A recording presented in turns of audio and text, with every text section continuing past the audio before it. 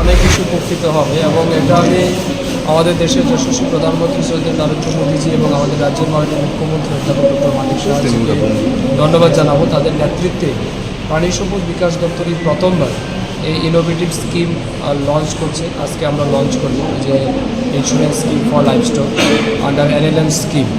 এবং আমি মনে করি যে সেক্টরকে বিগত সময়ে সরকার বা এর আগেও যেটাকে ইগনোর করা হয়েছে, কর্নার্ড করা হয়েছিল, আজকে এই সেক্টরটাকে আমরা হাইয়েস্ট প্রায়োরিটি দিচ্ছি।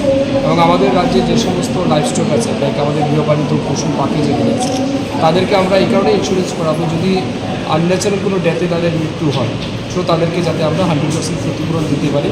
আমাদের যদিও এই ডিপার্টমেন্ট এখন আমরা কম্পেনসেশন চালু করেছি ম্যাক্সিমাম 20,000 করে, কিন্তু এইটা যখন আমরা করব, আজকে যেটা লঞ্চিং করছি, এতে করে আমাদের রাজ্যের যে পশু পাখি আছে এদেরকে একটা সুরক্ষার বিষয় নিশ্চিত করছি।